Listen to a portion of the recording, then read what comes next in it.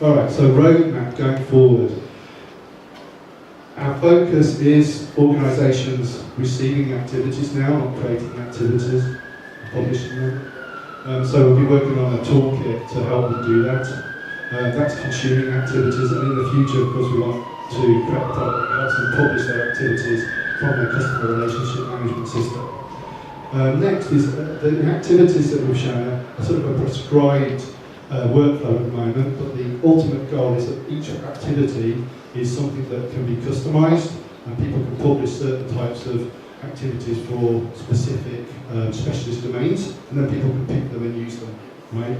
So we want a domain-specific templating capability for the activities. I've mentioned the acknowledger certification oracles. Once we have figured out how we will do that with the local authorities, we will have an ability for other people to become oracles in that way. And so we will make that product available and people can use it. Rewarding acknowledgers, this is something really easy for me to do. It's just deciding when it's the right time to do it. So when you actually ask someone to acknowledge an activity, you can actually allocate some credit to them. So you can reward people for being the first to acknowledge something. Maybe you've got 2 or 3 acknowledgers and they're all a bit slow, you don't want to keep calling them up, reminding them. So you actually put a little bounty on it. The first one to acknowledge your activity actually takes a bit of the stake. Right? So it's just an interesting idea that we have. Tamper-proof contact addresses, I've already done that, but we need to use that in the verification process and things like that. So we just need to roll it out across the whole app. Activity rescue. If you lose control of your keys that you use to control access to the activity, that could be a real bummer, right? So the idea is that you can allow the acknowledgers to permission the activity back to you under a new identity. Hardware wallets, I've got one in my pocket, or I did have, I've got a Trezor, and the idea is to have hardware wallet support in the next month or 2 as well. And then finally, if you're familiar with Bitcoin, now it's common practice that every transaction you have a brand new address to give you a degree of anonymity in your transactions, okay? So we'll have the same kind of concept, pseudo-anonymity for people collaborating on activities. All right, now the very last thing, people have asked me, what do you think of ICOs and things like that? We actually are now in the position where we have a product, we have a channel, we've got some contracts, so we will be seeking investment in some form or another, but we haven't decided how yet. But we've been envisaging we might go for an ICO, and we might call it a Together token. Okay, at the moment, if you go to our website, you can buy Together tokens, but really what we're doing is giving us a bit of money for getting some testing from our test network to use our product. Right? It's just a way of encouraging people to give us something for our efforts. Okay, so I won't take too long on this, but this is the app. If you downloaded it now, as I say, just search Zonafied in Google Play. You get the app. This is the splash page that you'll first see. You'll generate a key.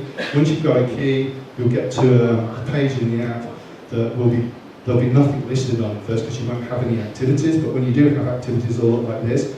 Importantly, at the very bottom there, again, it's small, you can see it'll tell you your credit. When you first use the app, it was 0. I mean, our product does require you to have a credit on the network, and every transaction you do costs a little bit of money, okay? The idea was it'd be very, very small, but the speed at which Ether's going up, if somebody runs it on the Ethereum network in a year, it'll probably be about £20,000 of activity.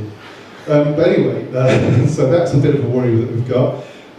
If you come to us, if you downloaded it and you want some ETH, we'll actually push you some ETH, and we'll use this technique here. If you go into settings, you can actually push somebody some ETH. If we push to some, you want to push them to somebody else, you can do it in the settings page. The idea is that you can use, technically, you can actually use any node that allows you to access the network. By default, you'll use our test network, which is zonafied.space 3090. There's obviously no guarantee that will be there, but it's been there a year and I haven't thought about it, so I'm sure until somebody hacks it to death, it will still be there. But use it at your own risk, but you can start to use the app against that node. Right, so you can create an activity then. An activity, you can share it physically over a QR code. There's a few buttons there to share the activity over any of your messaging tools on your phone. Also, there's a number of attributes that as you go through the activities workflow, the attributes will be shown on that page. You just tap any of the text there to get to the details page. If you tap the icon on the left, you go to the next stage in the workflow. So with the activity now, you just add an acknowledger, which is this next page here. So you add an acknowledger. These addresses here, you can pull addresses from your contact book, but generally speaking, we can't necessarily trust those. So if you want to truly trust the addresses, you use our address book, and this is where we've introduced this concept of being able to put a label on there. So obviously it's someone's name, probably, and we sign that when it's saved. So if it comes back and the signature is not working, it will give you a big warning. So then you encourage someone to acknowledge it. They've got the app. They need a little bit of balance to be able to do an acknowledgement. Simple thing to do. Once you've got an acknowledgement, you can then move on to action it. You provide the verifier address. That's the person or organisation you are permissioning to take that role on the activity. You provide a description and a reference that's useful to them. We don't store that, as I said earlier, on the smart contract or on the chain itself. We just store a hash, and this content just is sent to the verifier through another means. Okay, so once you're the verifier, you receive the address. You can check the owner. You can see at the moment we've still got this legacy bit where we're showing the whole address, but if they already know the owner, it would give the name of the person. You can challenge the person to make sure they truly have control of the activity. Maybe someone's pretending to be wanting to do something on this activity, so you can challenge them. You can take the instruction that you've received, and you can take the instruction that you've received, put it in there, and it will make sure that it does actually match the instruction that the activity is meant for. You can check the acknowledgers, and the last thing, you can confirm when you're happy to say, yes, this activity is okay for us to use. So that's pretty much what we're about. We have this term, get stuck in. We're really keen on people downloading and using the app, but I have to say we're really focused now on trying to get organisations that are interested in maybe that first dabble into blockchain. Maybe there's some developers that are looking for that first business case. Well, this is a high quality business case, local authorities behind it, so it's a really good excuse to encourage an employer or an organisation to have a first dabble with Zonify. That's it. Any questions? You mentioned your product uses the Ethereum smart contract. You don't use the raise the smart contract? Right. Okay. So, yes. So thanks for reminding me, Paul. So the question was, can I explain what a smart contract is? Okay. So essentially, on Ethereum, it's a cryptographic platform. A key part of it is something called consensus. So it's a distributed network of nodes through various protocols to ensure that any data or change, to data on this network is legitimate. Okay. The way that it's checking that it's legitimate is each party that's submitting a request for a change on the network is using a technology called public-private key encryption. So you have this, what we call a private key, which has a corresponding public key that you can show anybody, right?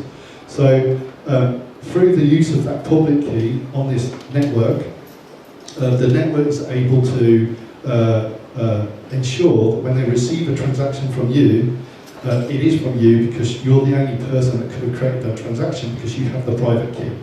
So that's generally how it's working. Where the smart contract comes in is that what makes Ethereum different is that it actually has an executable piece of code that runs in something called an EVM. Okay, and so when and this is where it really gets difficult from a technical point of view to get your head around if you've been involved in computing a long time. But effectively, there's a little piece of code which our activity is represented by, and that little piece of code gets pushed onto this distributed network. And every single node in that network agrees that that code has come from you, and says, okay, we're going to store that for future execution. Okay, and there's a number of different languages you can use. The one that we've used is Solidity. We've tried to keep the use of the code really simple and put most of our execution logic into the client itself. One reason I did that is everyone's learning about what it means to put this code into this distributed network. So really, I've only used it as what we call a state transition mechanism. Okay, but the important thing is the combination of the public-private key encryption, so that they can make any execution of the contract or change of state accountable to a particular person who has control over it, and the fact that every node in the decentralized network agrees that that is how it should be executed when a transaction comes in. Is that a good enough explanation? Yes, sir? Are you planning on distributing your oracles? Am I planning on distributing our oracles is the contract? Right, yes, basically the plan at the moment is there'll be a smart contract that's just one contract that stores, because we've got such a small population of people, I'm imagining it will be one smart contract that just keeps a list of these addresses that represent people, and then off the chain we've got a tool that allows us to manage the commissioning and decommissioning or onboarding and offboarding each individual into that. And then the tool set that we build around that, we do want to make that available to other people. And I imagine that the app in the settings will be a place where you can actually pick oracles. And then when you're using the verifier capability, it will actually do a check on whichever oracles you've chosen to use to assure yourself of, as I say, the identity behind the acknowledgers. Is that okay? Yes. Can a Zonify help with my know your customer problems? With your, sorry, I didn't get that. Know your customer process. Know your customer process. Okay, that's Do you envisage it being helpful? I believe it can, right? So when we first started building the product, I ended up being called up by a lot of, because my background is investment banking, I ended up being called up by a number of colleagues. There was even a government that came actually to see us personally to say, could we help with that?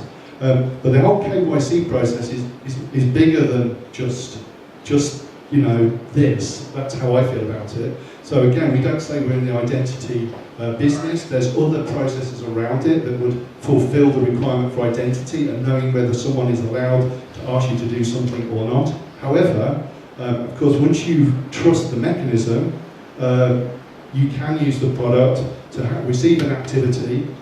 You've decided to integrate that into your KYC process and know that when it's linked with that reference data, I'm happy that this technique, the activity, is sufficient to know that the rest of the KYC process is correct. Does that make sense? I sound like I'm sidestepping the question. I really followed that totally.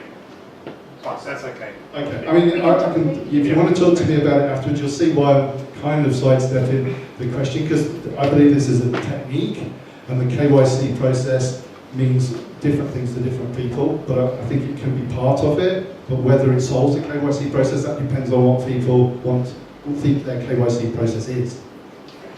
You know? Okay. The local authorities don't allow you to pass sensitive data through your app, like names or date of birth, so that's probably why you can't do the KYC sort of process, right? The augmented answer was, what was it? The app doesn't allow the local authorities that you have a contract with, the registrars, yeah. They don't allow you to pass sensitive data like name, date of birth through your app. That is a very, very important point there, which is subtly related to KYC, but not totally KYC. So one of the reasons that we have had a success with the local authorities is that we studied for a long time the issues around data control. Okay. Now, any information to do with marriages, births and things like that is actually Crown copyright data. It's almost a different, it's not the government that owns it, it's Crown copyright. So there's all kinds of tricky, gooey things around looking like you are sharing, reusing or selling this Crown copyright data. So to respond to that point, which is absolutely correct, the reason that we have been able to get this traction with the local authorities is when a registrar provides that acknowledgement, they provide no data at all. None. All they're doing, you couldn't possibly get that acknowledgement unless you stood in front of them after being married. So we inherit, circumstantially, all of the process around identifying people, and I'm telling you, in the local authorities for marriages and births, it's actually very, very thorough. Right? We got married relatively late, and I was shocked because I was independently interviewed. I was really intimidated by the whole process, and I was worried that I wouldn't remember anything about my wife-to-be at all, and yet we've been together many years. So they do that very thoroughly. So by the time you get the acknowledgement from a registrar for a name change activity, it's very, very authentic. However, it has no data on it. So I don't know whether that's part of KYC. It depends what you think KYC is. Any other questions? Listen. Repeat the question. Yeah, I did try. So from what I get from your description, in this case you sign certain messages. In this case, as you are a trusted third party. So all the bits and pieces from cryptography that you've used, like public-private keys, zero-knowledge proofs, hash functions, they're traditional cryptography from the 80s. Yes. Do you really need the blockchain for this application? Because it seems that, to me, maybe I'm mistaken, that you could have implemented this all with traditional cryptography plus distributed systems. Absolutely. But maybe it's easier with theory. Yeah, so when I started solving this problem, my background was enterprise Java. So I just started to write a peer-to-peer solution. But as I alluded to earlier, when I actually went to talk to organisations about receiving, because there still would have to be a transport, some mechanism to get this to them, almost nothing was acceptable. But what we found is because of the interest in blockchain, they started to see that as a form of transport. It's like a static thing distributed all over the world, but they saw it as a form of transport, and I've just knocked it off. And so if you think about it, in a way, to them it's a form of transport. If people are using our product against the public Ethereum network, they make a judgment that it's sustainable, it's there, and then they just start writing, consuming tools to actually, just go and have a look for the activity on the blockchain, and then because it's permission for them to carry out certain state changes, they can change it. But the other thing I wanted to mention is that although we've been very lucky in our first use case, doesn't need to send data. I've forgotten the point I was going to make now. Never mind, I'll remember in a second. It's completely gone out of completely. It's because the train went past over the other. It just completely went out of the way. It's a really interesting, important point. But going back to the question, the whole thing is that the transports that I would have used using traditional cryptographic techniques, there's an API called Bouncy Castle that I was using, they just weren't acceptable. But as soon as you start talking about blockchain, everybody's interested in it, everybody sees it as this ubiquitous system. So now we're talking to people, right? Does that answer your question? Yes. Yeah. Sorry, I've forgotten that really sexy, important point. I don't know why. Thanks, Paul. Thanks.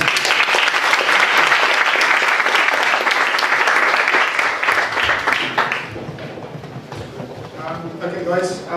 Thank you, Paul, for the presentation. I'm sure Paul will be here for some time if you have more questions.